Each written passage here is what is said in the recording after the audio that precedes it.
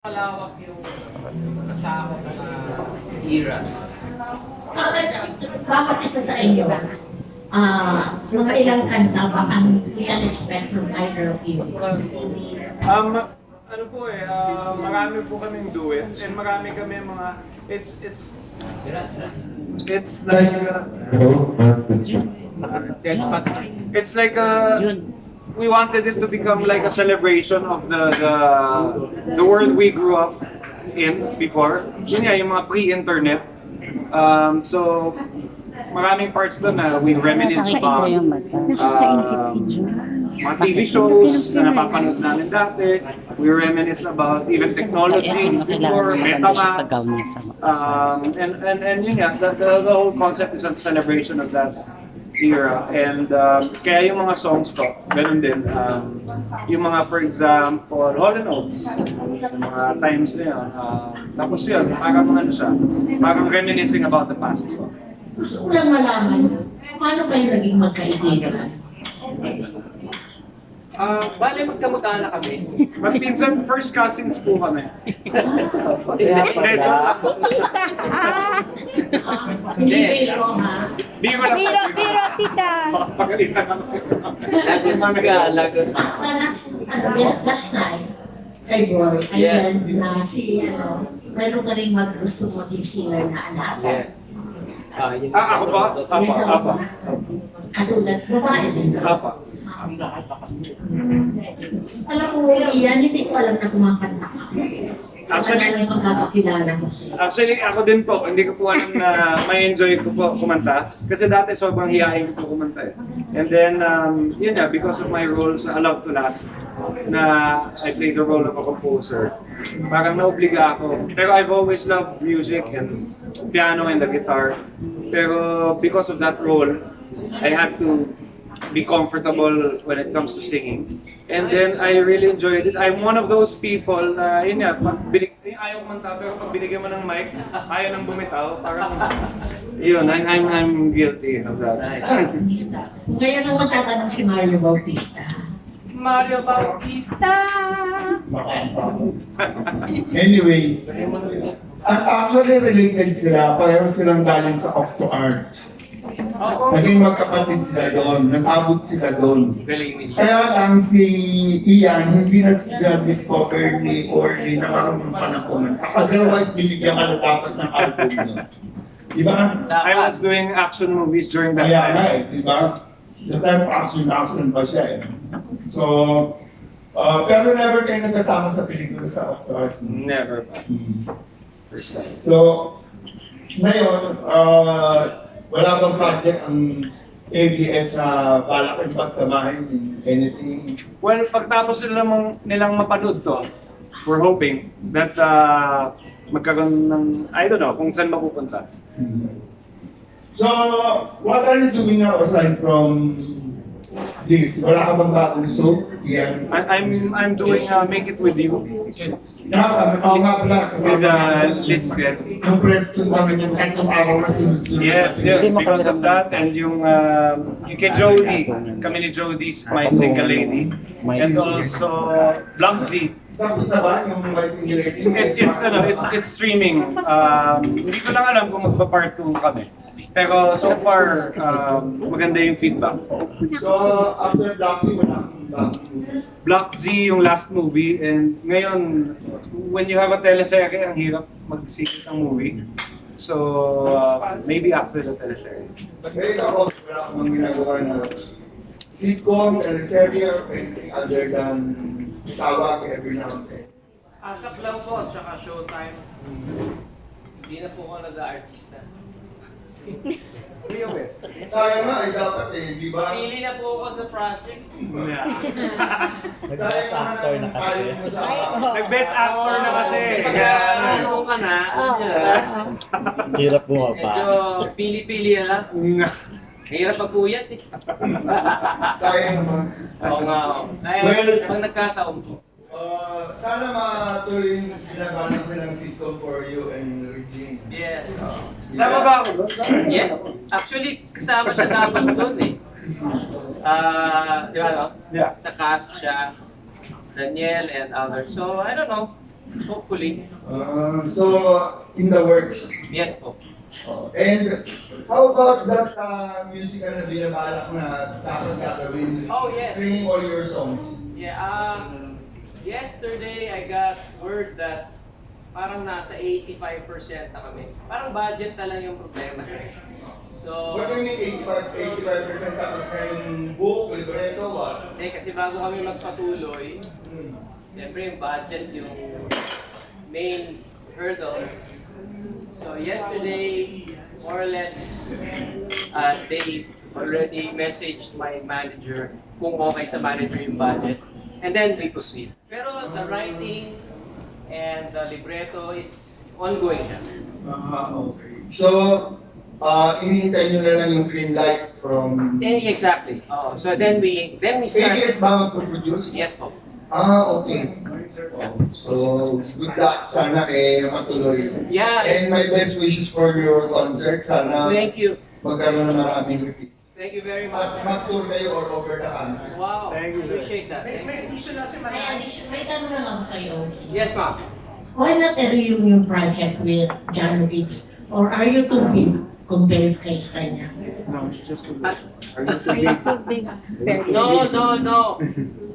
To be honest, I would love to. Pero parang unlike me, I think he's mas gusto niya maging artista ngayon. Dami niyang movie. So, siguro dun muna siya until he is convinced that he wants to sing again.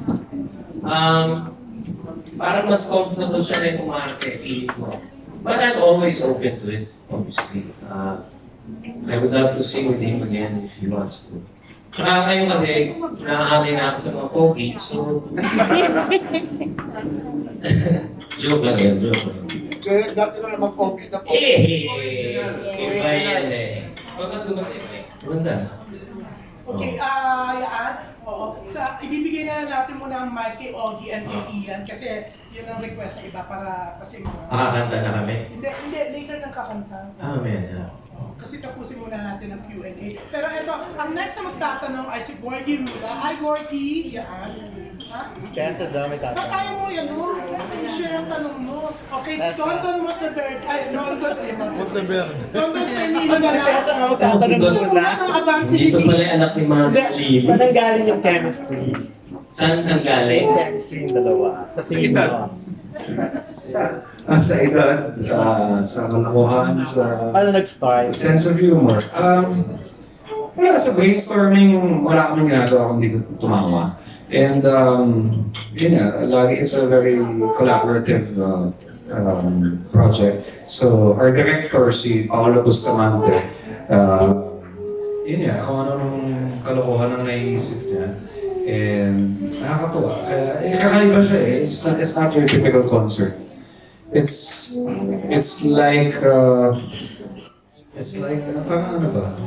Parang sitcom na Saturday Night Live feel, and it's not just music na tuloy-tuloy. Maraming kulitan, and may flow, may concept, so it's something different.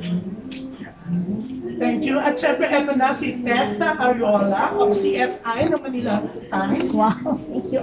Hello, Kilabot Tito. So my question now, of course, we brought Ian as that handsome boy, sa Joey and Son. And of course, Ogie naman from his Kundiana days, dashing high schooler. Pero naalala niyo pa ba yung first time na may tumawag sa inyo ng Tito at anong naramdaman niyo? Yung sa family, parang madalas naman yun. Kasi automatic pag nagkaroon ka ng pamangkin, Tito ka na kaagad, di ba? Pero sa showbiz, I would have to admit, parang nakakagulat kasi Tito na tawag sa akin. So nung dumating na sila Lavi, kasi pareho kami ng manager. Simulat sa pool, Tito na tawag sa akin nun eh. And then, sa mga singer naman, sila Jonah, tawag sa akin, Tito na rin. Sina Sarah naman, in fairness, Sir Ogie ang tawag sa akin. So, I think you kind of have to get indoctrinated into it. Parang, okay, masanay ka na. Okay. Dito ka na nga sa industriya. Kasi nung araw, ang mga tito natin, sina Tito Joey, di ba? Sina Tito Pip, di ba? Sina Tito Dolphy, di ba? Nung araw, ngayon, parang kami ngayon. Sabi. Oh.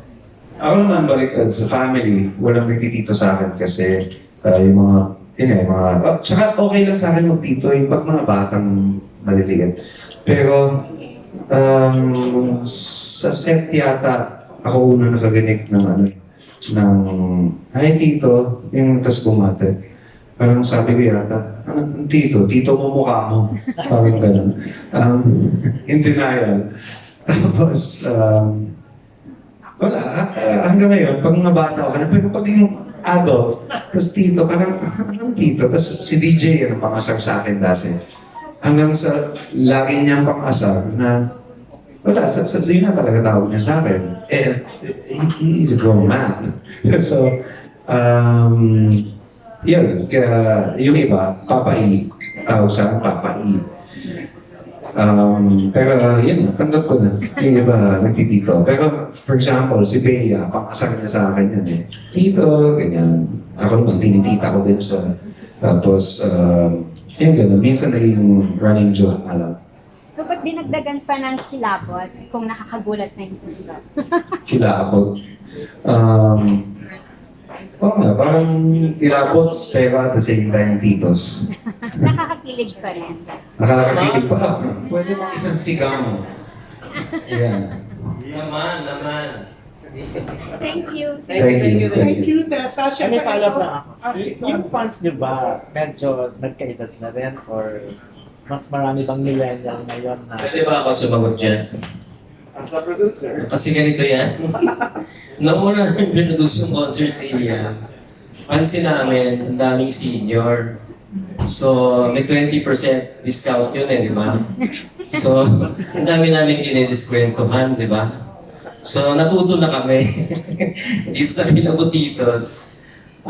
Ginawa namin ang paraan para ma-offset namin yung 20%, no? And gano'n na naman ang nangyayari. Track ng mga lola at lolo. Mga senior ang nag-avail ng 20 off.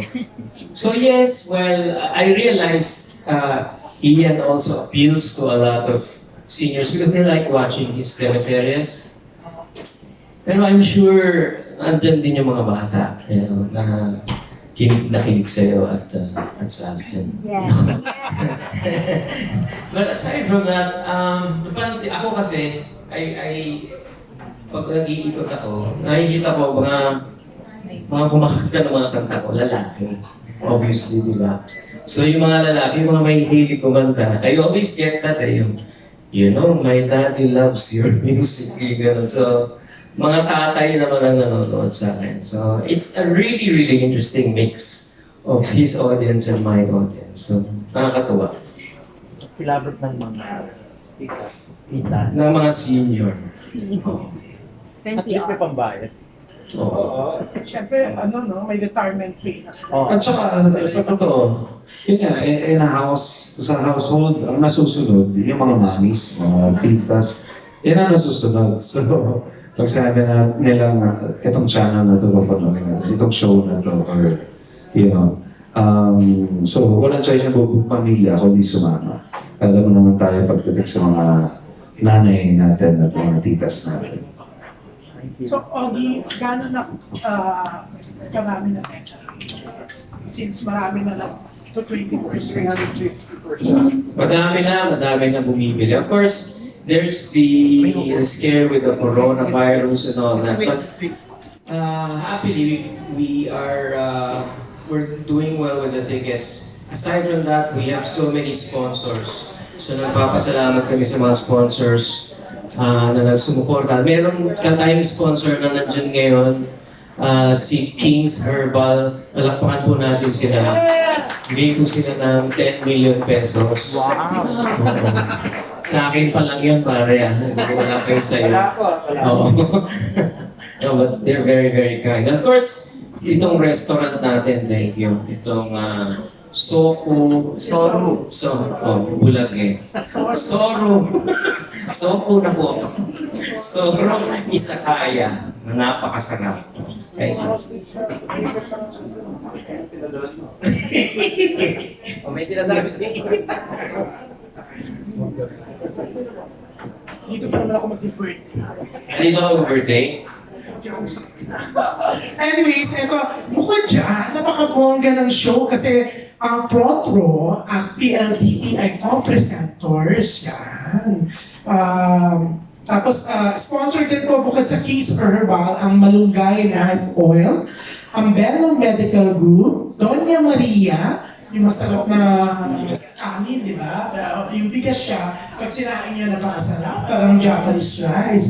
Tapos siyempre, papasalamatan din po namin ang OIA Global, ang Novus, Asian Inc., McDonald's, Consage, Green Food. Yan po yung business ni Ogie and Reg. Saka may mga kasosyo sila, di ba? Yung mga gourmet tuyo, bangus, yan. Tapos LBD Management, ang buffet cooks and caterers. Yan, syempre kay Paolo to. Siyempre, eto po, maraming salamat, Soru Isakaya. Napakasarap ng food, napakarami po nilang inihanda. Yan. At eto, ang next na magtatanong is Jojo Panaligan. Lakasan mo na ng Jojo. Napansin ko may hawak kayong gitara dahil Ogie plays the piano. Do you play the guitar? Yes, he does. So when you do We both naman. how you do? You play guitar. I don't think I'm playing guitar. I'm playing more piano. He's playing guitar. So will you play instruments? Yes. So that's one. Nag-rehearse na lang. We did twice. Absent ako noon. Pero yung pangalawa, actually, sumobra pa tayo ng... Kasi sobrang sarap nung kantahan namin. Some of the songs that we weren't going to sing in the concert, na ginam namin. Sabi, kantahin na rin natin to. So, nakakatuwa. Mahabang concert. Susubukan namin hindi masyadong habaan. Pero sa dami nga ng songs na na-enjoy namin we play together, minsan pag nag-rehearse kami, nagiging video okay na. Kasi nag-enjoy talaga kami one to sawa.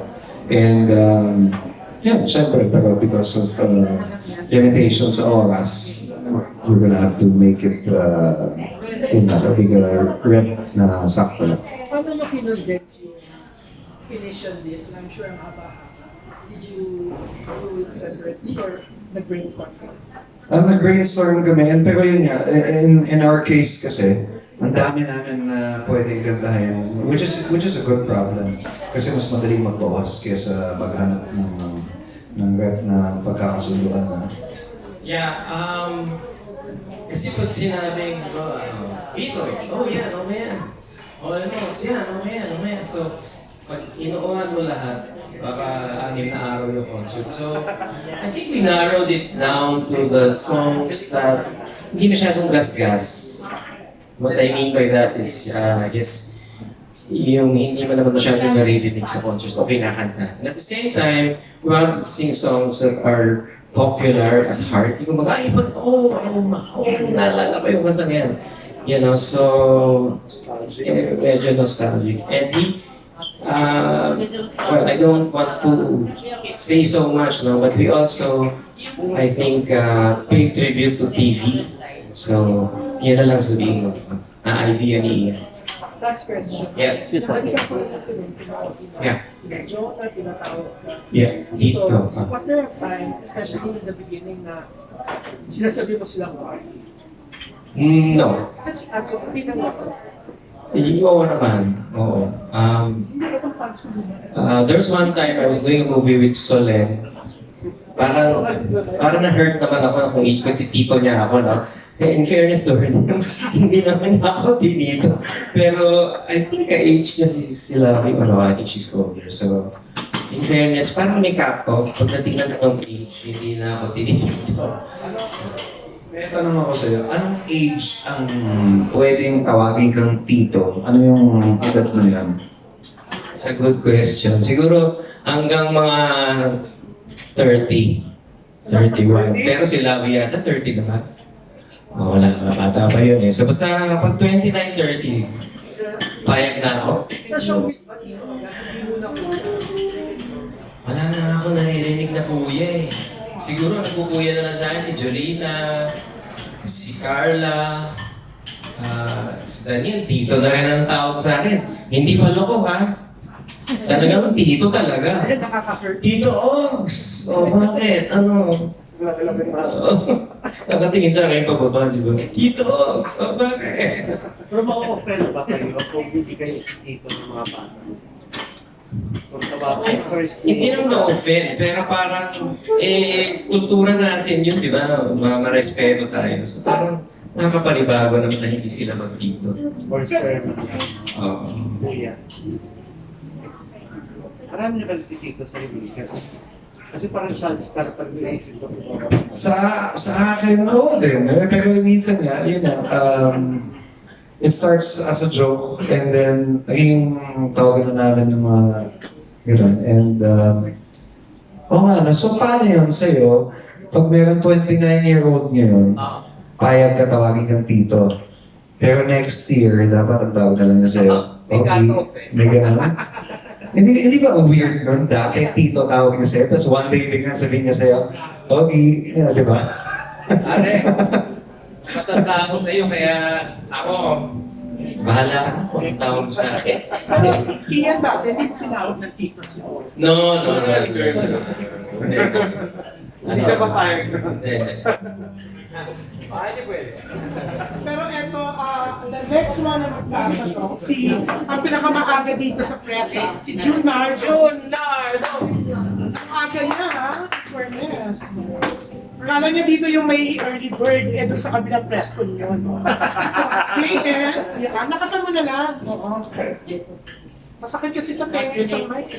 Oo, ganun yung mic. Ano ba naman? Papakain, di mo maganda yung mic. Kasi ano, Hindi, ito maganda na to. Maganda to. huwag ka na mag-mic, nakasan mo. Ay na, boss, isang kang... Ako talaga gusto mo ng mic, no? Anong merong something in common sa inyong dalawa? For you to jive, do concert, produce concert for Ian, Ogie, Ian? Ano meron? Sa inyong dalawa, in common? Actually, ganito, no? Trip ko doon. May babaliktad mo kasi yung kung ano kami, no? For example, Ian is an actor, singer. I am a singer-actor. So, I think that's interesting na magkabaliktad yun. So, I'm a singer who dabbles in acting while he is an actor primarily, but now who dabbles in singing. I think that's interesting that we both meet at a common ground, and that's music. So we both love music, especially from our eras. At the same time, we love women. No, joke. Wala pa ako nakita na nakalagay Ian. No, I think our interest, I think we like the arts. From what I have known about Ian so far, I think, alam naman natin Ian is an artist, a painter. Ako, nude artist, so... Ako yung subject, ha? Hindi ako. In fact, paint niya ako. Hindi, tsaka yung sensibility. I think kasi nga, we grew up dun sa same time na nagkakaintindihan kami ng, you know, the jokes and the humor. Yun yan, pareho yung mundong kinalakihan namin. That was pre-internet. When we talk about, for example, when we talk about yung mga sneaky ng mga Betamax na hinahanap namin, nagkakaintindihan kami sa ganun. Yung mga magazines na, kung naalala mo nun, ako natuto ako mag-guitar sa Jingle Magazine kasi mga chords, yung ganyan. So nagkakaintindihan kami sa mga ganung bagay kasi nga, lumaki kami dun sa same time, sa parehong mundo. Nung i-offer sa inyo Ogie project, both of you, magsasama, anong feeling mo dito? Ako, yun nga, I was very flattered because wala, I feel I'm being accepted in the world of music dito sa maliit lang kasi naman yung industry dito di ba? And ito talaga, sila talaga yung mga, kumbaga, sabihin na natin, mga royalty ng music sa Pilipinas. And they're just so, accepting. And I'm very thankful for that. Okay? Nahirapan ka ba? I-convince siya, hindi pa ako nagtatanong, umuo na eh. No, I think his willingness to keep on singing. You can tell when he's on stage, I can tell you're very happy. You know, he's para siyang lumilipad. And I think that is the mark of a performer. Medyo late bloomer ka lang siguro, you realize it later in your life, but alam mo, maraming singer actually takot kumante. What I mean by that is they have the gift, but when they're on stage, they refuse to expose themselves. So with him, it wasn't even hard. Parang dito ako maglalaro itong playground ko. So, you know, it's fun that when you see that. Oo nga, Ian, paano mo, what convinced you to dabble in music? Bukod sa ano nag-convince para... Before, I used to be very comfortable in front of the camera because the camera is something mechanical. It doesn't judge you, it's just a machine. I've always looked at it that way. Pero, nung unang, pag live audience, medyo iba kasi alam mo, judging you, every single person there is trying to observe and yeah, it's real time. Pero, once na-realize ko that you can actually feel their vibe and when they're excited, it fuels you. So, it's instant gratification na that yun na-enjoy ko bigla. Unlike movies, ang tagal mo ginagawa and then it's gonna be shown months later. Or television, ang tagal ng feedback. Ito, when you're on stage, it's instant feedback. So, wala, parang meron siyang adrenaline high na kasama. And, yun na, makikita mo kagad kung nag-enjoy ba sila, o hindi, or may nasabi ka bang awkward, or may nasabi ka nakakatawa, or instant yung talaga. So, nakaka-excite lang pag ganun. Anong songs ni Ogie ang paborito mo na gusto mong pantay sa concert? Meron bang gano'ng situation? I-refer ko ba? Meron kaming mga kasama meron kaming mga ganong parts na kasama sa rep namin sa concert, for the concert. Wala ka Today? No, kanta niyo. Meron din. Surprise! Surprise! So ano yung lineup of songs ninyo? Kasi nga, medyo nahirapan din kayo. Kasi nga, medyo makaisip yung level. Ano yung, what will the people expect? We'll be singing a lot of songs from the 80s. I think yun yung pinaka-common sa amin. Songs by Hall & Oates. And we have yung mga, ayoko sabihin yung iba kasi parang meet nung concert yun. But of course, we'll be singing OPM also. And some of my songs.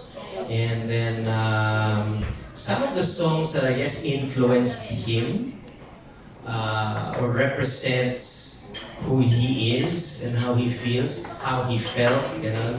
Same time, ako kasi pag nag-concert ako, lagi na ng kanta ko yung ginakanta ko, no? I mean, it's expected. So here in this concert, I will be doing a little bit of that, pero meron din ako mga kakantahin na hindi ko pa kinakanta sa concert from my era. So, Tayo X-Man. hindi kasali yun. Ikaw, anong paborito mong kanta niyo? Ako, hindi ko makakalimutan yung sa akin, pinaka-iconic na kanta niya na Nandito Ako.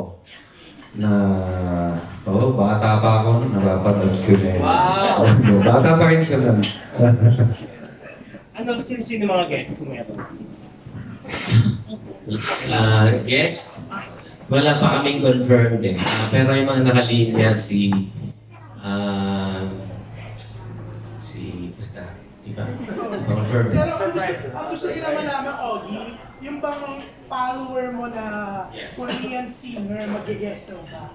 Kasi may trending eh, dahil sa jacket pareho kayo, tapos pinapalo niya na isa't isa. Sino nga? Hindi. Pangalan niya si Tay. North Korean yan eh. His name is Jay, no? And then, parang nakakatawa tong kwento na to. He's from a group called Day 6. Okay? So, nung Sunday, may suot akong jacket na Gucci Nax. Na hindi ko masyado sinusuot yun kasi ang requirement was floral. Okay? So, sinuot ko siya. And then suddenly, one of his fans posted, who wore it better, Ogie or Jay? So, nakita ko yung post. Sabi ko, of course, Jay. And then, ni-retweet niya. Sabi pala, pag ni-retweet kang ganun, laking bagay na pala sa fandom yon. So bigla, for some reason, nag-trend yung pangalan ko nung Sunday. Akala ko na dahil sa asat, kumanta ko. Hindi pala, dahil sa jacket ko. So, tinignan mo yung thread. Nakakatuwa naman itong mga fans nung Day 6. Because they kept, parang pinapakilala nila ako kay Jay. Jay, this is our singer, Ogie Alcasid. He's good-looking, he's sexy, yeah, he's an icon, gano'n. Parang pinibila nila ako. Cute naman ito mga to. Finally, ni-recognize niya ako, tapos finalo niya ako, tapos pini-M niya ako. Na hindi ko sinasabi na nag-PPM, pero parang yung mga fans nila, parang, oh my gosh, they followed each other. Baka nag-PPM na sila, gano'n. And I realized that these guys, they're so nice. This guy, I think he's 27 years old. Really good music, good guitar player also. Ang ganda ng music ng banda nila. Banda siya eh, hindi siya yung ang tawag doon, hindi K-pop sumasayaw. Hindi boy band. They're real band. So, yeah. So, I enjoy listening to the music. So, now friend ko na siya. So, sabi niya, when I come over to the Philippines, I'd like to meet you. Sabi ko, of course, I'll take you around. Let's go to Manila Zoo. Why don't you invite them to watch? Alam ba ni Regine to? Pare, syempre binida mo na agad. Romance ang sino ba yung pinag-aasaya mo ng panahon dyan? Tawag kang si Tito, kaibigan ko. Why don't you invite him to watch? Titos, I think there's a travel ban now from Korea to come here, so although sabi ko, marami akong kilala may private plane. Asan yung jacket? Dala mo? Yung jacket dala mo? Nandiyan. Dinala niya po yung bin niya. Sabi ni Jun Lee Lalin daling ko daw eh. So, para mapakinabangan mo sa YouTube channel. Thank you. Okay. Thank you. Yeah. Of course, ang next na magtatanong natin is Ian Fariñas. Kaya tanong makain ako doon. Ha? Makain. Sige, si G. Triana na lang, the editor of Malaya. Hi, G. Hello. Lakasan mo na lang, G. Sige. Tatanong ko lang sa inyo ba talaga, ano bang meaning ng titos? Tapos, ano ba sabi niyo doon sa mga titos? Para sa inyo. Oo, para sa inyo. Bakit? Kasi di ba, alam niyo naman may mga na-offend pag tinatawag ng tista or dito. Ano sasabi mo doon sa mga tao na i-take offense pag natatawag na gano'n? Sa atin, bilang Pilipino, it's a sign of respect. When you say Tito, Tita, yung gano'n. I grew up in showbiz. Kahit na hindi ko kilala, pero pag nasa certain age, or the age difference is malaki, automatic yun eh. Tito, Tita. Yun ang tugo sa akin ng bata ako. And yun, kahit first time ko makatrabaho ng artista, noon, yun, Tito, yung Tita, ano na yun? Ngayon, kasama ko sa show si Tito Eddie Gutierrez. Madalas kumakasama si Tito Pip, Here's the Third. Yun, yung mga mula bata pa ako Tito na tawag ko. Hanggang ngayon, syempre nila. So, syempre, kami na yung susunod sa mga ganun. Pag once natawag ka na Tito, ayun, forever Tito ka na. I think na-realize ko tuloy pare, since he's younger than me, that I think Ian is not fazed by him being called Tito. Hindi ko naman nila lahat, no? But I think a lot of personalities are conscious of that because napapatanda sila. But I think Ian has embraced that fact that it's a fact of life. You will get older, and that speaks a lot about you, no? Now, si Tito, galing yan sa Tio, di ba? Which is Spanish. So, sabi nga ni Ian, it's customary, it's our culture. So, natural lang yun eh, di ba? Na ganyan yung progression from Kuya to Tito. And I think as you get older, the more comfortable you are with it. When you start embracing that you are a Tito, I think the more settled you'll be with your own skin.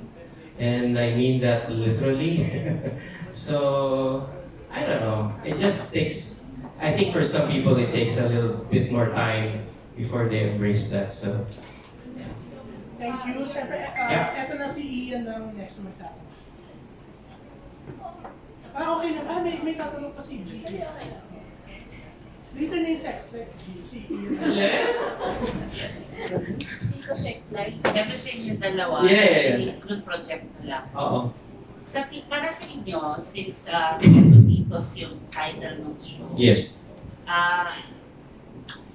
Anong qualities ng kilabot Titos, ang ng Titos, ang kakilakilabot sa panahon ngayon kasi itong panahon ng 80s, nice yung stage na gano'n, iba rin yung concept nila of being ang kilabot. Diba? We had Ogie. Kayo sa present generation, what makes a Tito kilabot pa rin? Ako siguro, I'll give you an example, no? Nabanggit ka na kanina ni Ian si Tito Pete. Although sa akin, kuya lang siya. But he is, I think, an example of someone who, who assumes so much respectability, Not only because he's such a good actor and because he's spot on. Tapos, like us, he also sings but because of his demeanor, pag nakita mo siya, walang gagawin, respetuhin siya and admire him for his humility and for the things that he has contributed to his craft and of course, to the industry. So I think he's one example of mine na kilabot Tito. Is not necessarily, and hindi naman siya, I think nung teenage years niya, he was a matinee idol, di ba? So, kumbaga, kompletong package ng Tito for me. Ako sa tingin ko yung difference from the Titos, ng image ng Tito before and now. Dati it's parang your naughty uncle, yung ganyan. So, it's just a different, it's different now. For example, dati pag mayroon kang Tito na maraming chicks, parang, ay, Tito, daming chicks. Now it's not cool anymore. It's like, now you're proud of your Tito who's a family man, yung may values, who treats women properly, and merong ganun. So, iba yung Titos nila naman kumbaga sa tech natin ng Titos ngayon. Yun. So, sa akin, malaking difference. Yun. Si Tito June. Tito June lang. Box na talaga ba yung production ng mga concerts? Eventually ba papasukin na rin mga malaki ng concerts talaga yung mga MOA? We've done that also. Nakapag... yung concert ko nung... Pero ang mga tipong ano yung produce ka ng TV, mas bibigyan ba ng chance yung performance movies? Well, syempre I have to put on my producer's hat, no? And the productions have to be worth the, in other words, it has to make money, bottom line, correct? But at the same time, maganda yung sinabi mo, it would be nice if we can produce concerts that have a different feel, no? Like this one, I think Kilabo Titos is unique in the sense that magkasama kaming dalawa. So I'd like to produce more concerts the same vein, yung medyo, uy, iba to ah. Alam niyo naman, ang hirap ng pera ngayon. So we wanna, as a producer, I think we want to give, you know, the value for their money, and at the same time have that experience when they watch the concert that hey, I enjoyed that one. That was different. Napag-usapan niyo na rin producer rin siya sa parang intimate lang na concert. Kami ni Rich, Siya, produce ko siya. produce ko siya. Hindi ko siya afford. Ano nagpo-produce din naman siya? Yeah, I think when it comes to Regine's career, I don't, it's really her family or her sister who does all the producing. Kung sasali nila ako, babakas ako, no?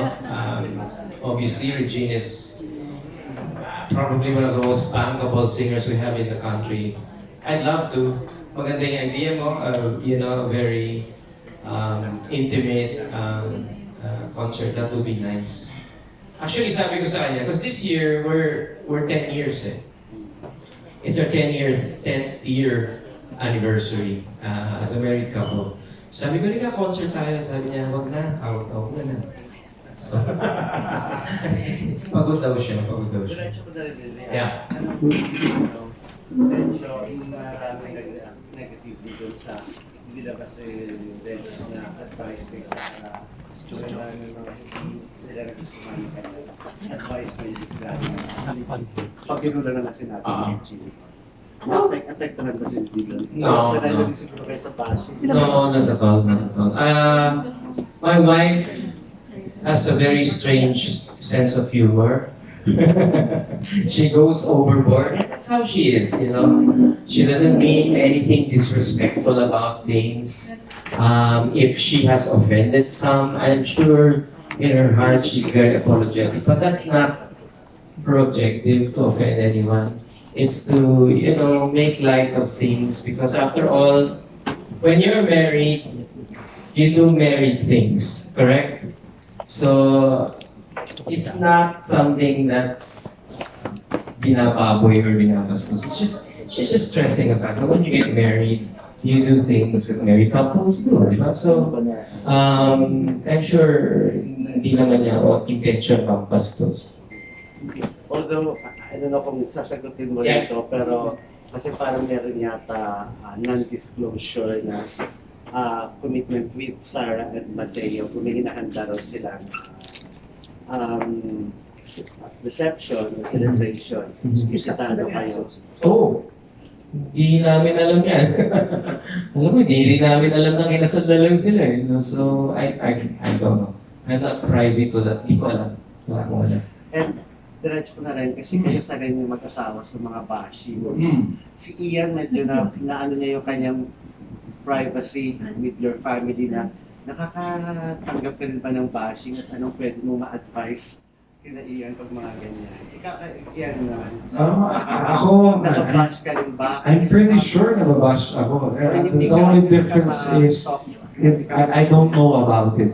Kasi hindi ako active masyado online. And you know, it's a tightrope act also for actors, singers. Yun nga na, kasi sa totoo, you can, kung may maghahanap sa'yo ng anything offensive, madali eh. Madali naman, lagi naman hindi lahat ng mga sinasabi natin. I'm sure someone from some part of the world might be offended. For example, you just, if I say, for example, a knock-knock joke, knock-knock, I'm sure may mag-aano dyan na, teka, wala akong bahay, no-offend ako, bakit knock-knock? Eh, wala akong pinto sa bahay. O naman, you know, it's become unreasonable It's a great point. lately. So, ano gagawin natin? Bawal na ba tayo magsalita? Bawal na ba tayo express ng personal opinion natin? And it's personal yun eh. Hindi naman siya objective. You're not stating facts. You're just stating your opinion, yung mga ganyan. So, ako, I don't subscribe to that point of view na you have to please everyone. Kasi otherwise, hindi ka na lang magsasalita, hindi ka na lang mag-joke. And yun, sometimes yung sense of humor mo, kung hindi mag-gets na iba, okay lang yan. Pero it's crippling, lalo na to people who have a good sense of humor. It's very crippling kung imagine nasa malaking venue ka and then meron isang tao doon sa dulo na walang ginawa kundi magkantay nung pwede na sabihin, wait, I'm offended. It's so hard. So, sa akin, I don't condone yung gano'n. Kayo mag-asawa sa may masabi na kayo na napapansin na agad. So, may ano na ba kayo? Pag manid na ba kayo? Hindi naman masyadong affected sa mga. I think, like Ian, kasi binablock ko yung nang babash eh. So, hindi ko na nakikita. Di ba? Parang, why do I have to see those comments? I think the reason why they bash is because they're bashers. That's their job, to bash. So, it's natural to them to find something to bash about. And like Ian, I think, tama yun eh. I think we've all become onion skin and too sensitive. Obviously, we need to safeguard, have a gate, how can we not go overboard? That kaya sabi niya, it's a tightrope thing. It's not that easy to navigate. But I think as long as we're more accepting of things, I think would be a less stressful society. I think a little bit of sense of humor is important for us to, live happier, take things not too seriously. Gumagawa